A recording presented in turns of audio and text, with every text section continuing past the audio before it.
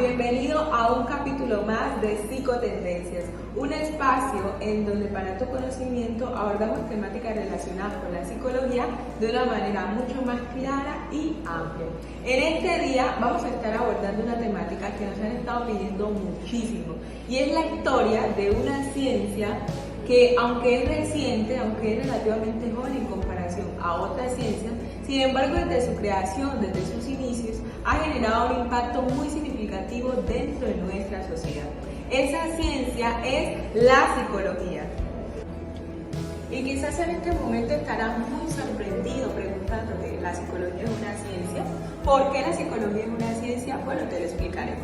La psicología es una ciencia porque usa el método científico y además de eso cumple con varios aspectos fundamentales que garantizan no solamente su rigor, sino también su confiabilidad. Es por ello que la práctica profesional del psicólogo fundamenta el conocimiento que obtiene por medio de evidencias verificables acerca no solamente del comportamiento humano, sino también de los procesos mentales. Así que uno de los principales objetivos de esta práctica psicológica es comprender, observar, pero también en ocasiones modificar la conducta humana y ciertos principios cognitivos por medio de la observación, la experimentación y el análisis de datos. La psicología es una ciencia, claro que sí, pero debes saber algo, y es que la psicología desde sus inicios no era considerada como tal. Es más, para poderse considerar como una ciencia tuvo que pasar por un proceso largo, extenso. Acompáñanos el día de hoy y te contaremos cómo fue que la psicología llegó a convertirse en ciencia. No te vayas de este canal, síguenos aquí en Psicotendencias. A través de diversos referentes teóricos te contaremos esta maravillosa historia. La psicología tiene sus raíces en la filosofía, en Platón y Aristóteles, los cuales fueron los primeros en reflexionar acerca de la mente, la naturaleza del conocimiento y el neuma, el cual nosotros hoy lo conocemos como el alma. Del mismo modo, durante la Edad Moderna, se destacaron otros filósofos que brindaron aportes importantes y significativos para la consolidación de la psicología como ciencia. Estos fueron René Descartes, que desde su teoría del racionalismo introdujo la idea de que la mente y el cuerpo estaban separadas, de que existía un dualismo, de que eran dos entidades totalmente distintas, y también afirmando que el pensamiento es la base de la existencia, tanto así que él expresó una de sus principales frases que es muy recordada en la actualidad y es pienso y luego existo. Por otro lado, en esa misma época, John Locke propuso una teoría totalmente diferente y fue la teoría del empirismo, en la cual argumentaba que la mente es como una tabula rasa, que nacemos sin conocimiento y que a medida que crecemos e interactuamos en diferentes entornos, vamos desarrollando conocimiento por medio de la experiencia. En el siglo XIX fue Wilhelm Wundt quien estableció el primer laboratorio de psicología experimental en el año 1879. Fue con esta creación de este laboratorio que se marcó un antes y un después en la historia de la psicología, ya que esta dio el inicio para que la psicología se consolidara como una ciencia independiente. Por otro lado, Alfred Binet, el padre de la psicometría, a través de la medición objetiva de las habilidades cognitivas, permitió también que la psicología se mirara meramente de la observación y que se tuviera en cuenta esa parte científica, ya que podía medir objetivamente las habilidades, las características, los rasgos de personalidad de los individuos. Esto permitió entonces que surgiera una diversidad de corrientes teóricas con sus diversos exponentes, corrientes como lo fueron el psicoanálisis, el conductismo, la psicología cognitiva, la psicología humanista y la psicología gestal. Hoy día, la psicología es una disciplina científica consolidada en múltiples enfoques como la neurociencia cognitiva y también que puede hacer su aparición en múltiples campos como lo es el clínico, el educativo, organizacional, social, forense y muchos más. En definitiva, la psicología desde su consolidación como ciencia ha transformado la manera en que abordamos y entendemos el conocimiento y el comportamiento humano, influyendo en distintas áreas de la sociedad. El día de hoy, aquí en Psicotendencias, tenemos invitados muy especiales, como ustedes lo pueden ver a mi alrededor. Son referentes teóricos que han aportado significativamente para que la psicología hoy sea una ciencia. Me gustaría que ellos se presentaran y también le dieran su saludo a todas las personas que nos ven a nivel departamental, nacional e incluso internacional. Muy bien, Andrea, me parece espléndido estar en esta hora acompañándolos a todos ustedes. Mi nombre es Abraham Maslow. Muy buenas tardes, mi nombre es Sigmund Freud y estoy muy contento de que ustedes hayan decidido acercarse a este espacio tan informativo. Bueno, me presento, mi nombre es Iván Petrovich Pavlov y estoy muy agradecido porque me invitaron a este lugar. Buenas tardes, mi nombre es Max Wertheimer y estoy muy agradecido con Andrea por haberme invitado a este espacio tan informativo. Bueno, muchísimas gracias a ustedes por haber aceptado esta invitación. De verdad que nos place contar con su presencia aquí en Psicotendencias. Ahora queremos saber un poco más acerca de ustedes, que nos cuenten un poco de su historia de vida, sus estudios, cómo fue que se interesaron por la psicología. Bueno, como ya les había dicho, mi nombre es Abraham Harold Maslow. Nací en abril de 1908 en Brooklyn, Nueva York. Soy psicólogo estadounidense y se me ha reconocido como una de las grandes figuras de la psicología en el siglo XX. Primero que todo, inicié mis estudios en la Universidad de Brooklyn. Años más tarde, en 1935, me uní a un instituto de psicología en Nueva York y trabajé con Edward Turbic. En 1940, lo que hice fue desarrollar mi teoría sobre la motivación humana y la jerarquía de las necesidades. En 1943, trabajé y publiqué mi primer artículo, el cual se llamó Una teoría de la motivación humana. Como lo mencioné anteriormente, soy Sigmund Freud, nací el 6 de mayo de 1856 en Freiberg, Moravia. Soy el mayor de 6 hermanos. Lastimosamente mis padres se trasladaron a Viena para poder solventar y sacar a flote el negocio familiar.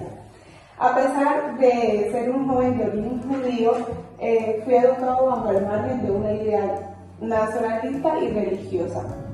Pese a las dificultades económicas que existían en mi hogar, pude entrar a la Universidad de Viena y consolidar mi título como médico. Bueno, mi nombre es Max Wertheimer, como ya lo había dicho. Nací el 15 de abril de 1880 en Praga, Bohemia. Mi familia era judía y mi padre era comerciante. Desde niño siempre me gustó la música y la filosofía. Estudié Derecho en la Universidad de Praga, pero más tarde me trasladé a la Universidad de Berlín para estudiar Psicología. Mi interés por la psicología comenzó mientras yo estudiaba filosofía. Me fascinaba mucho la idea de cómo la mente humana procesaba la información. Empecé a estudiar obras de psicólogos alemanes como Wilhelm Wundt y Hermann Ebbinghaus. Bueno, como ya lo había mencionado anteriormente, mi nombre es Iván Petrovich Pavlov, fisiólogo ruso, nacido en el año 1849. Soy conocido principalmente por desarrollar el concepto del reflejo condicionado. Mi padre, quien era un sacerdote, quiso que yo siguiera la misma práctica, pero empecé a estudiar teología. Al cabo de un tiempo, abandoné mi estudio teológico para ingresar a la Universidad de San Petersburgo, donde culminé mis estudios siendo químico y fisiológico. Muchas gracias, de verdad que sus historias de vida, sus biografías son muy interesantes para mí y también sé que para cada una de las personas que nos ven, nos instan de una u otra manera a perseguir nuestros sueños a pesar de todas las dificultades que podamos encontrar en el camino. Teniendo en cuenta también que existe una diversidad de corrientes psicológicas, como lo es la psicodinámica, la conductista, la gestáltica, la humanista, entre otras, ¿con cuáles se identifican cada uno de ustedes? Y también qué aportes han brindado a dichas corrientes. No me enfoqué simplemente en los trastornos mentales o en las enfermedades, sino que me enfoqué en un aspecto que era más potencialmente humano, de lo que se me reconoció como el padre de la psicología humanista. ¿Sí? Mi aporte más relevante fue sobre la pirámide de las necesidades, la cual es una representación de cómo las necesidades básicas deben de satisfacerse antes de que las personas puedan llegar a alcanzar su máximo potencial. También la importancia de la autorrealización y el propio sentido de vida. En ese orden de ideas puedo decir que mi corriente, la corriente con la que me identifico en la humanista por el hecho de que se centra en el potencial humano, siempre en la dignidad, en la libertad, en la experiencia del individuo y también en la forma en cómo cada situación puede tornarnos algo positivo, algo más allá de simplemente una enfermedad mental que nos catalogue o nos etiquete. Así que en mis tiempos, en la época, las corrientes más, digamos, predeterminadas eran la conductista y la psicodinámica. Y tuvimos cierto roce por el hecho de que principalmente la conductista lo que se basaba era en el hecho de decir que la complejidad humana pues se debía simplemente a unas predeterminaciones conductuales. Y pues también me rechacé la postura psicodinámica por el hecho de que decía que las fuerzas irracionales eran lo que se tenía que enfocar el individuo para estudiar, es decir, la fuerza inconsciente. Así que la humanista, según la APA, la Asociación Americana de Psicólogos, afirma que la corriente humanista lo que hace es ser un movimiento que se enfatiza en la comprensión del ser humano desde una totalidad, la intención, la experiencia y su sentido de vida. Así que no solo debemos enfocarnos en una parte, sino globalizar el hecho de que como seres humanos debemos ser interpretados por un todo. Me parece muy interesante porque estamos en medio de una sociedad que carece de sentido de vida. Entonces, qué importante desde esta corriente psicológica y también todas las ideas y teorías que ofrecen como exponente, qué bueno que pudiéramos tomarla en cuenta para nuestro día a día. Siguiendo esta misma línea, la corriente por la cual me incliné fue la psicología, teniendo en cuenta que esta se basa en cómo los pensamientos, los sentimientos y el comportamiento está ligado netamente al inconsciente del ser humano y cómo por medio de esta se manifiestan todos aquellos deseos y manifestaciones que muchas veces el individuo no evoca, lo que le va a generar un malestar a nivel personal y emocional, lo que le va a traer consecuencias a largo plazo para su vida, generándole o desarrollándole afecciones que posiblemente no se vean en el preciso instante, sino que al pasar del tiempo sea evidente cada una de las problemáticas que internamente este guarda. Uno de los grandes aportes fue la teoría del desarrollo psicosexual. En esta se quiso dar como un antes y un después, desligándonos que la sexualidad debía de cambiar o darle una nueva versión, porque nos manifiesta que es fundamental en el desarrollo del individuo y cómo éste se comporta en el ambiente. Teniendo en cuenta que esta teoría también no solamente nos explica acerca de cómo se comporta el individuo en la parte sexual, sino el significado que éste tiene para su vida y cómo por medio de esta puede atribuirle un comportamiento. Por otro lado tenemos la teoría estructural de la mente, la cual se basa en los tres aparatos psíquicos, el yo, el superyo y el ego.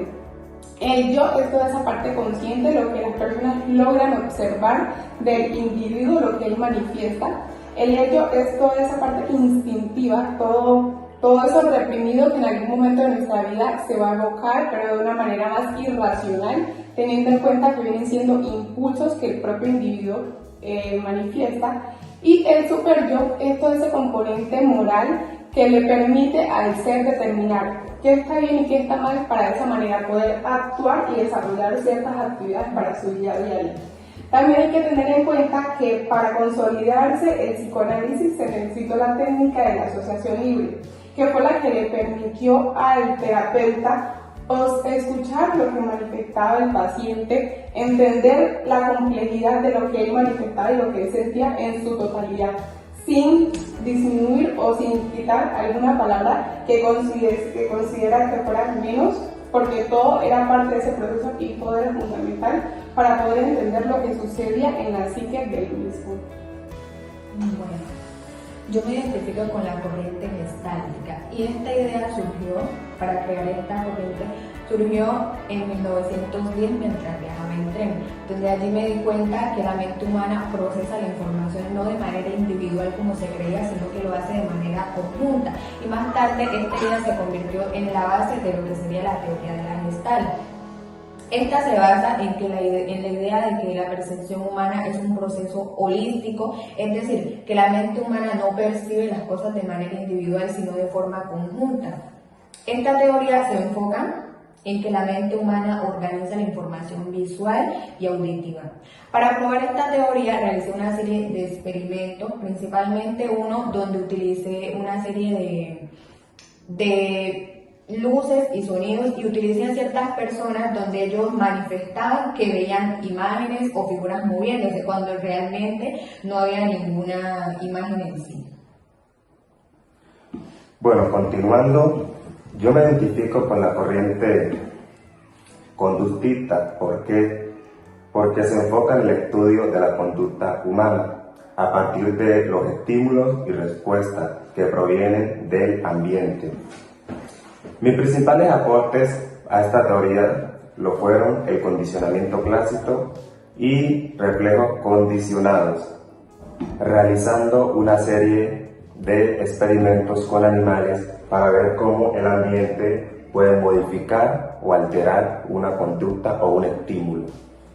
Es decir, entonces, que la corriente psicológica conductista se basa únicamente en la conducta observable. Exactamente. Es ahí donde nace lo que anteriormente nos decía Maslow desde la corriente psicológica humanista, y también se da lugar a otra corriente que es la corriente cognitivista. ¿Sí? Esta va en contraposición a lo que dice el conductismo, porque aunque el conductismo solamente consideraba la conducta observable, el cognitivismo dice hay que tener en cuenta los procesos mentales, porque tanto el aprendizaje como la conducta están profundamente movidos por estos procesos, como puede ser la percepción, la emoción, la atención. Todo esto va a ser una parte activa dentro de esa conducta que nosotros podemos observar. Por eso es que uno de los fundadores o principales exponentes de esta conducta fue Jean Piaget, el cual nació en el año 1869 y desde sus inicios se interesó profundamente por lo que fue la biología y la filosofía. Estudió biología en Suiza, el lugar de su origen, el lugar de su procedencia, pero más adelante cuando él viaja a París, y ahí vemos el papel fundamental de Alfred Binet, como lo decíamos anteriormente, es el padre de la psicometría.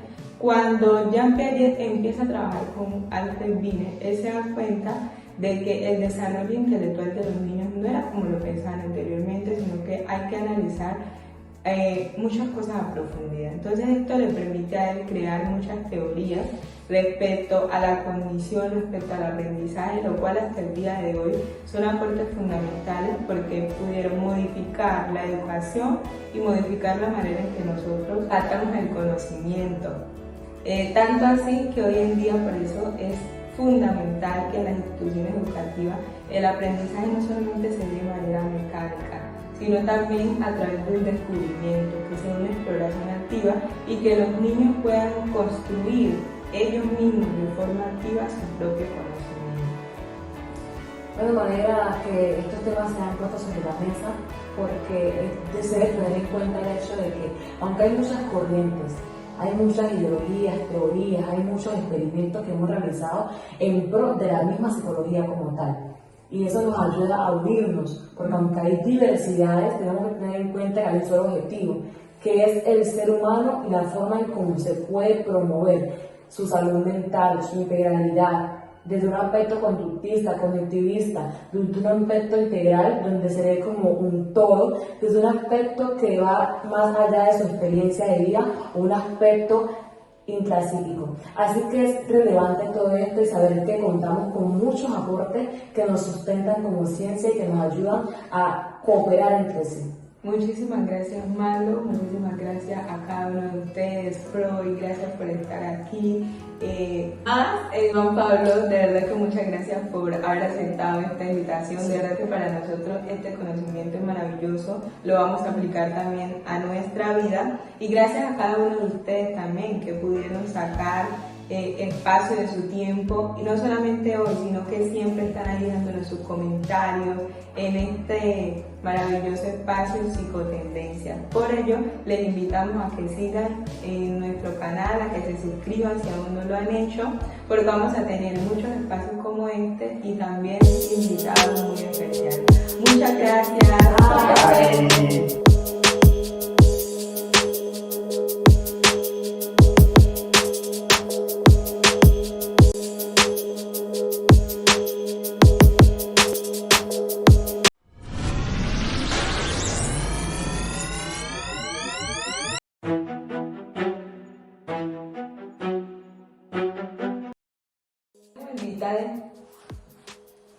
Invitada. Mami, lenguaje inclusivo. Sueño y siempre. ¿Qué tiene que perseguir sueños ahí? Ah, qué bueno. Buenas tardes, mi nombre es Max Wertheimer y estoy agradecida con Andrea.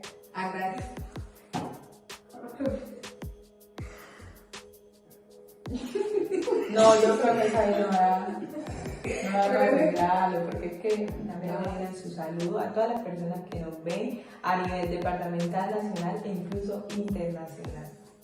Muy bien, Andrea, beso plaza.